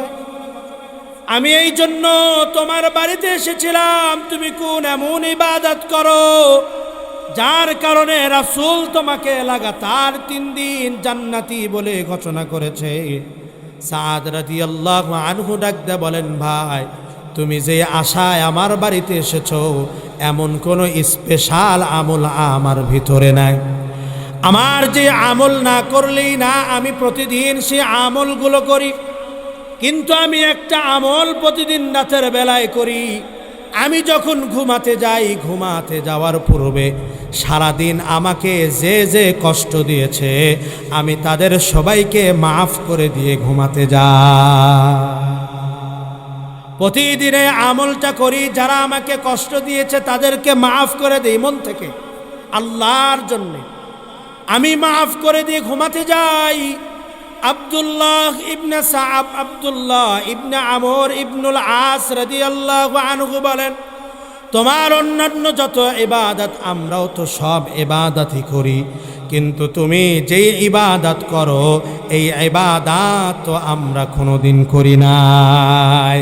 হয়তো আল্লাহ তাআলা তোমার এই ইবাদতকে কবুল করেছেন, পছন্দ করেছেন, এই জন্য রাসূলের মাধ্যমে লাগাতার 3 দিন তোমাকে জান্নাতের সুসংবাদ দিয়েছে।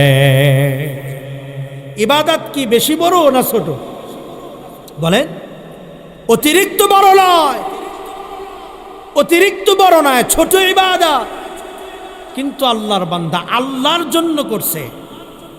তাকে সারাদিন যারা কষ্ট দিয়েছে, তার সাথে যারা 2 নাম্বারি করছে, তাদেরকে নিজ গুণে আল্লাহর রাস্তে মাফ করে দিছে, আল্লাহর রাস্তে মাফ করে দিছে।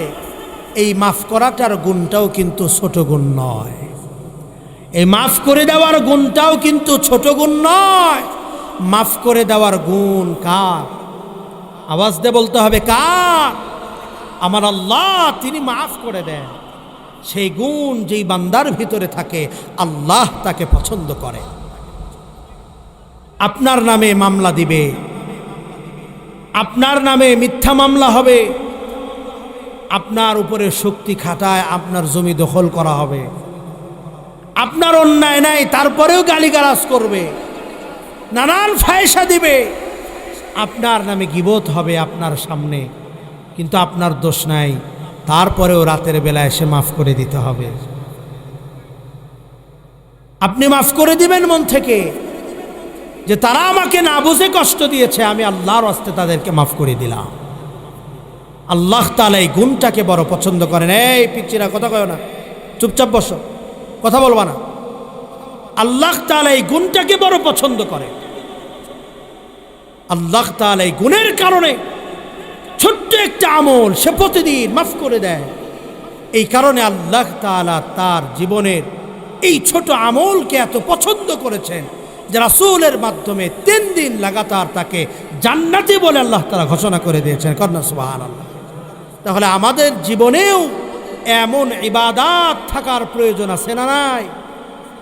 আমাদের জীবনে এমন কিছু আমল থাকা দরকার যে আমল শুধু আল্লাহর জন্য হবে।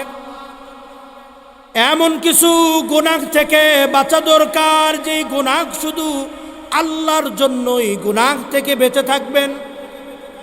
আমাদের জীবনে এমন কিছু আমল থাকা দরকার যে আমল শুধু আল্লাহর জন্য, আর কারোর জন্য না, মানুষকে দেখানোর জন্য না, ভোট পাওয়ার জন্য না, মানুষের ভালোবাসা অর্জনের জন্য না, পরিবারের মানুষের কাছে ভালো হওয়ার জন্য না। আপনি রাতের বেলায় দিনের সব মানুষ যখন ঘুমায় গেল, পরিবারের প্রত্যেকটা মানুষ ঘুমায়, আপনি আল্লাহর বান্দা, রাত্রি বেলায় সব সন্তান ঘুমায়, বিবি ঘুমায়, রাতের বেলায় আস্তে আস্তে উঠে কোনো শব্দ যেন না হয়, বাথরুমের দরজাটা আস্তে লাগায় যাতে কোনো শব্দ না হয়। শব্দ হলেই তো বিবি জায়গা পেয়ে যেতে পারে, সন্তান জায়গা পেয়ে যেতে পারে, বুঝতে পারে আমি কি করতেছি। আল্লাহর বান্দা রাতের বেলায় একা একা উঠায় ঠান্ডা পানি দিয়ে গোসল ওযু করে, অজুটা সেরে কেউ যেন না বুঝে আলো দেয় না, আলোটা নিভাইয়া ঘরের কোণার ভিতরে যায় নামাজ বিছায়া আল্লাহ তাআলার দরবারে দাঁড়ায়া 2 রাকাত নামাজ পড়ে আল্লাহকে ডাকতে বলে, আল্লাহ, জীবনের এই প্রান্তে এসে দেখলাম আপনি ছাড়া কেউ নাই, আজকে এসে বুঝলাম আপনার রহমত ছাড়া আমার কোনো অস্তিত্ব নাই, আপনার ভালোবাসা ছাড়া আমার কোনো মূল্যায়ন নাই। আয় আল্লাহ, আজকে দেখলাম ভাই আমার আপন নয়, আজকে দেখলাম আমার সন্তান আমার আপন নয়। সন্তান বড় হওয়ার পরে পিতা মাতা সন্তানের বোঝা হয়ে যায়। আপনি আল্লাহকে ডাকতে বলেন, আল্লাহ, জীবনের এই শেষ মুহূর্তে এসে বুঝতে পারলাম গো মালিক, আজকে এসে অনুধাবন করতে পারলাম আপনি ছাড়া আমার প্রকৃত পক্ষে কেউ নাই, আপনি তো আমার একমাত্র রব। আয় আল্লাহ, পিছনের গুনাহগুলোকে আপনি স্মরণ না করে আপনার গুনাহগার বান্দা আপনার দরবাজে হাজিরা দিয়েছি আল্লাহ, আপনার পায়ে লুটায় পড়েছি মালিক, আপনার কাছে আসামি হয়ে ধরা দিয়েছি। আপনি আমার জীবনের গুনাহ যদি মাফ না করেন আমার যাওয়ার কোনো জায়গা নেই, বলার মতো আর কেউ নাই, আমার কথাগুলো শোনার মতো আর কোনো মানুষ নাই আল্লাহ। অতএব দয়ার মেহেরবানি করে আপনি আমাকে আপনার আপন বানায় নেন, আমার জীবনকে আপনি গুনাহ মুক্ত একটা জীবন করে দেন। অস্থির ওই রাতের অন্ধকারে আপনি আল্লাহকে ডাকবেন। আল্লাহর নবী সাল্লাল্লাহু আলাইহি ওয়াসাল্লাম বলেন, গোলাম ওই রাতের বেলায় যায় নামাজে বসে বান্দার চোখের পানি আল্লাহ তাআলার কাছে এত দাম, ওই কিয়ামতের ময়দানে কিয়ামত যখন শুরু হয়ে যাবে, জাহান্নাম যখন গর্জন দিতে থাকবে, তখন আল্লাহ তাআলা কয়েক ফোঁটা পানি জাহান্নামের ভিতরে ফেলে দেবেন, সঙ্গে সঙ্গে জাহান্নামের গর্জন বন্ধ হয়ে যাবে। ফেরেশতারা বলবে, আল্লাহ এই পানি কোন পানি? হাউজে কাউসারের পানি নাকি দুনিয়ার জমিনে জমজমের পানি? আল্লাহ তাআলা বলবে, না না, এই পানি হাউজে কাউসারের পানি না, জমজমের পানি না। রাতের বেলায় ওঠে আমার বান্দারা কাউকে না জানায়, শুধুমাত্র আমার খুশির জন্য, আমাকে খুশি করার জন্য যায় নামাজে দাঁড়াইয়া যেই চোখের পানিটা ফেলেছিল, আমি আল্লাহ তাআলা ওই পানিটা ব্যথা যেতে দেই নাই। আজকে ওই পানি বান্দার জাহান্নাম থেকে বাঁচার কারণ হয়ে গেছে। আমার নবী বলেন, ও গোলাম তোমার চোখ দিয়া কান্না আসে না, কান্নার ভান করো। কান্না আসে না, কান্নার ভান করে আল্লাহকে ডাকো। আল্লাহ গুনাহ করতে করতে অন্তর শক্ত হয়ে গেছে মালিক, চোখ দিয়া পানি বের হতে চায় না, আমার চোখে আর পানি আসতে চায় না। আল্লাহকে বারবার ডাকেন, প্রতিদিন ডাকেন। আল্লাহর নবী বলে, ওই যে বান্দার চোখ দিয়া পানি বাড়ায় না কিন্তু ভান করে, একদিন যাবে, 2 দিন যাবে, 3 দিনের বেলায় পানি ঠিকই বের হবে। আল্লাহ তাআলার বান্দার এই ভান করাটা বড় পছন্দ। এই জন্য গোলাম একাকী কিছু এমন আমল জীবনে করেন যে আমলগুলো শুধু আল্লাহর জন্য হবে, এমন কিছু গুনাহ থেকে বাঁচেন যেই গুনাহ থেকে বাঁচাটা শুধু আল্লাহর জন্য হবে। এ যুবক ভাইরা একটু চিন্তা করে দেখেন, অনেক গুনাহ এমন হয় দুনিয়ার কেউ দেখে না। রাতের অন্ধকারে ঘরে একা একা বসে আপনি গুনাহ করেন, আপনার বাবা দেখে না, মা দেখে নাই, ভাই বোন কেউ দেখে নাই, দুনিয়ার কেউ আপনার গুনাহ সম্পর্কে জানে না। কিন্তু ওই সময় আপনার অন্তরে আপনি ভয় ঢোকান যে আমাকে কেউ না দেখলে একজন দেখেন, তিনি কে? এই ভয় নিয়ে যদি গুনাহ থেকে আপনি বাঁচতে পারেন, হারাম থেকে যদি আপনি বাঁচতে পারেন, আল্লাহ তাআলার কাছে এই সকল গুনাহ থেকে বাঁচাটা বড় পছন্দের, এই সকল ইবাদত বড় পছন্দের। অসংখ্য ঘটনা দুনিয়ার জমিনে আল্লাহ তাআলা রাসূলের মাধ্যমে জানায় দিয়েছেন। যারা গুনাহ থেকে শুধুমাত্র আল্লাহর জন্য বাঁচছে, যারা গুনাহ থেকে শুধুমাত্র আল্লাহর জন্য বেঁচে থাকছে, তাদের দোয়া আল্লাহ তাআলা দুনিয়াতেই কবুল করেছে। আপনি এমন কিছু আমল করেন যেটা আল্লাহর জন্য হবে, আর কারো জন্য নয়, শুধুমাত্র আল্লাহর জন্য।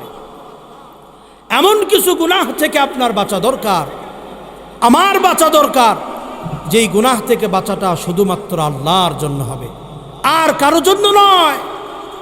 এমন একটা জীবন যদি আমরা, এমন একটা আমল যদি আমরা অর্জন করতে পারি, তাহলে আল্লাহ রাসূল সাল্লাল্লাহু আলাইহি ওয়াসাল্লাম বলেন, আরে গোলাম তুমি যে দোয়া করো আল্লাহর কাছে, দোয়া কবুল হবে কেমনে? তুমি তো দোয়ার ভিতরে আল্লাহকে কোনো নজরানা দিতে পারো না।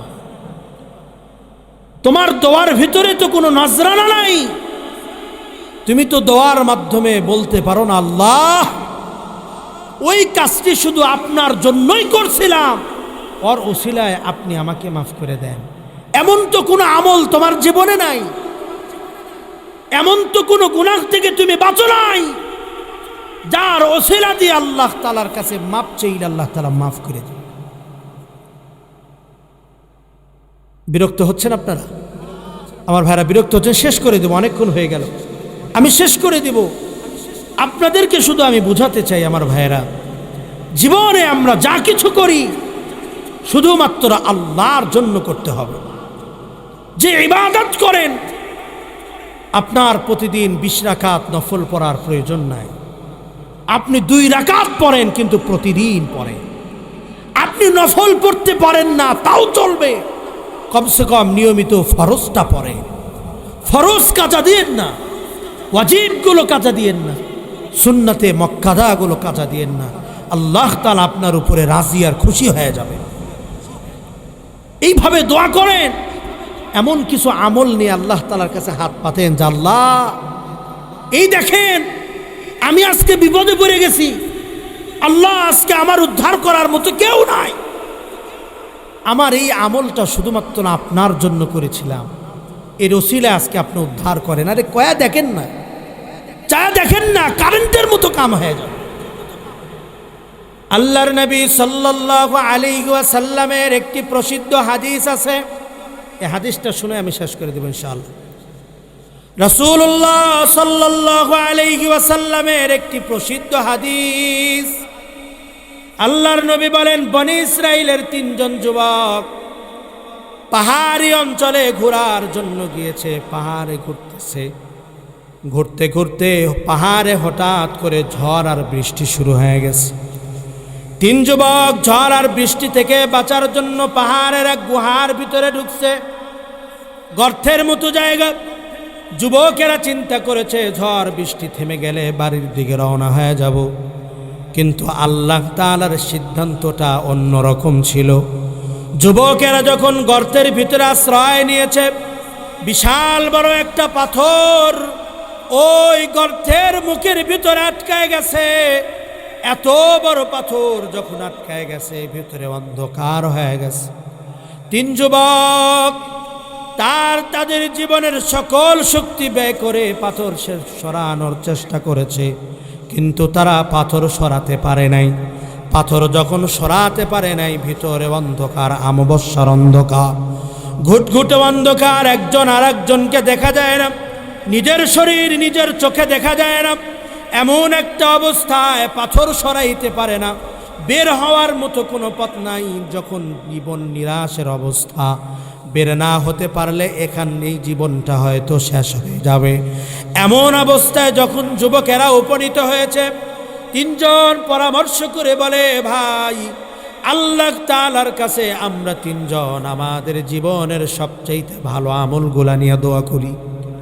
আল্লাহ তাআলা যদি আমাদের দোয়াগুলো কবুল করেন, তাছাড়া কিন্তু বাঁচার কোনো উপায় নাই। এক যুবক আল্লাহ তাআলার কাছে দোয়া করে, আল্লাহ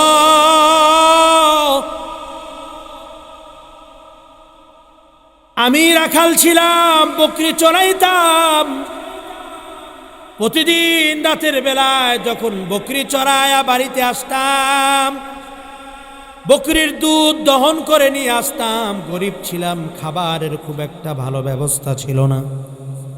আমার বৃদ্ধ মা বাবা বাড়িতে ছিল, বউ বাচ্চাও বাড়িতে ছিল। আমি প্রতিদিন রাতের বেলায় দুধ নিয়ে এসে আগে বাবা মাকে পান করাইতাম, তারপরে বউ বাচ্চারে খাওয়াইতাম। কিন্তু একদিন রাতের বেলায় বকরি চড়ায় আসার পরে দুধ নিয়ে আসলাম, আসার পরে দেখি বাবা 2 জনই ঘুমায় গেছে। তাদের ঘুম থেকে জাগানোটা পছন্দ করলাম না। আবার ওই সময় পিতা মাতাকে না খাওয়ায় বউ বাচ্চাকে আগে খাওয়ানোটা পছন্দ করলাম না। আমি বাবা মা জাগার জন্য অপেক্ষা করলাম। আমার বাবা মা যখন জাগলেন, আমি তাদের দুধ পান করালাম, তারপরে বউ বাচ্চারে পান করাইলাম। যুবক ডাকতে বলে, আল্লাহ আমার এই ইবাদতটা শুধুমাত্র যদি আপনার জন্য হয়ে থাকে, এই পিতামাতার খেদমতটা যদি শুধুমাত্র আপনার খুশির জন্য হয়ে থাকে, তাহলে আমরা আজকে বিপদে পড়েছি। আল্লাহ, আপনি আমাদেরকে বিপদ থেকে হেফাজত করেন। আল্লাহর নবী সাল্লাল্লাহু আলাইহি ওয়াসাল্লাম বলেন, যুবকের দোয়া আল্লাহ তাআলা কবুল করেছেন, সাথে সাথে পাথরটা একটু সরে গেছে, সুবহানাল্লাহ। কিন্তু বের হওয়ার মতো জায়গা বের হয় নাই, আলো বাতাস আসতেছে। দ্বিতীয় যুবক আল্লাহ তাআলার কাছে দোয়া করে, আল্লাহ, আমি একদিন আমার কাজ করার জন্য একজন লোক ঠিক করেছিলাম, সারাদিন কাজ করার পরে পারিশ্রমিক না নিয়েই সন্ধ্যাবেলা চলে গেছে, আমার কাছ থেকে পারিশ্রমিক নেয় নাই। আমি তার পারিশ্রমিকটা আলাদা করে রেখেছিলাম। দীর্ঘদিন যাওয়ার পরে পারিশ্রমিক নেওয়ার জন্য যখন আর আসে না, তখন আমি তার পারিশ্রমিক ফালায় রাখাটাও পছন্দ করলাম না। তার ওই পারিশ্রমিকের টাকা দিয়ে একটা খাসির বকরির বাচ্চা কিনলাম।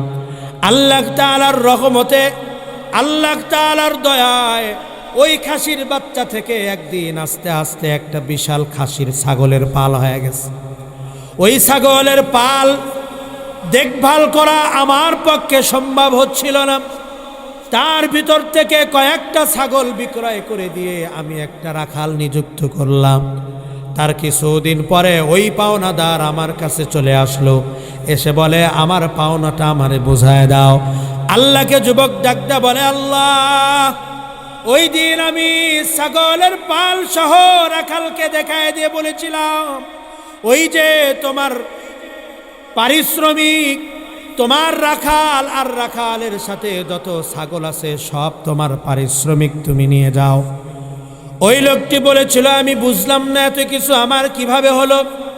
তাকে আমি বললাম, তোমার পারিশ্রমিক থেকে আমি একটি ছাগলের বাচ্চা কিনেছিলাম, সেখান থেকে আল্লাহর রহমতে ছাগলের পাল হয়ে গেছে। সেটা দেখভাল করার জন্য তোমার ছাগল বিক্রয় করে একজন রাখাল নিযুক্ত করেছি। এইটা আমার নয়, সবগুলো তোমার। ওই লোকটা রাখাল সহ ছাগলের পাল নিয়ে গিয়েছিল, আমাকে একটা ছাগলও সেদিন দেয় নাই।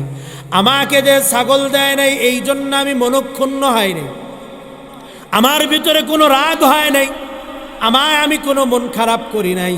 আমি তো সেইটা করেছিলাম শুধুমাত্র আল্লাহর জন্যে। আল্লাহকে ডাকতে বলে, আল্লাহ, আমার এই কাজটা যদি আপনার কাছে পছন্দের হয়ে থাকে, তাহলে আমি বিপদে পড়েছি, আপনি আমাদেরকে হেফাজত করেন। আল্লাহর নবী বলেন, দ্বিতীয় যুবকের দোয়া করার সাথে সাথে পাথর আরেকটু সরে গেছে, কিন্তু এখনো পর্যন্ত সেখান থেকে বের হওয়ার মতো শরীর ঢুকবে না এমন ফাঁক হয়েছে, বের হওয়ার উপযুক্ত হয় নাই। এবার তৃতীয় যুবক আল্লাহ তাআলার কাছে দোয়া করে, আল্লাহ,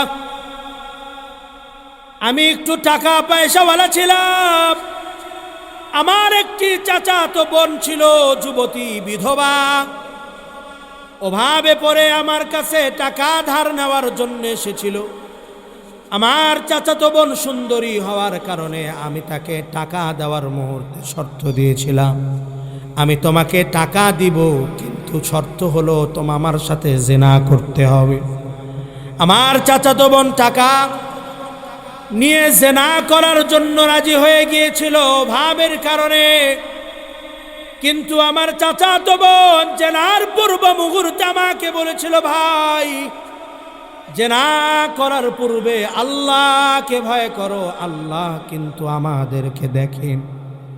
ওই কথা বলার সঙ্গে সঙ্গে আমি সেখান থেকে সরে এসেছিলাম, শুধুমাত্র আপনার ভয় অন্তরে নিয়ে জিনা থেকে আমি সরে এসেছিলাম।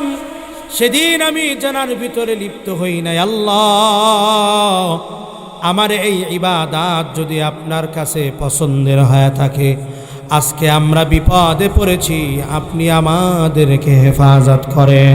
আল্লাহর নবী বলেন, তাদের তিনজনের দোয়াকে আল্লাহ তাআলা কবুল করলেন এবং পাথর সরাই দিয়ে তাদের বাহির হওয়ার ব্যবস্থা আল্লাহ তাআলা করে দিয়েছিলেন।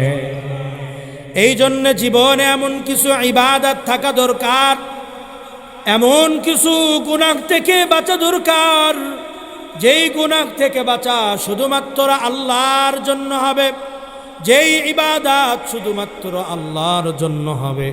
এমন ইবাদত যদি আমি আপনার জীবনে করতে পারি, তাহলে আল্লাহ তাআলা দুনিয়া আর আখিরাতে আমাদের সর্বোত্তম প্রতিদান দান করবেন।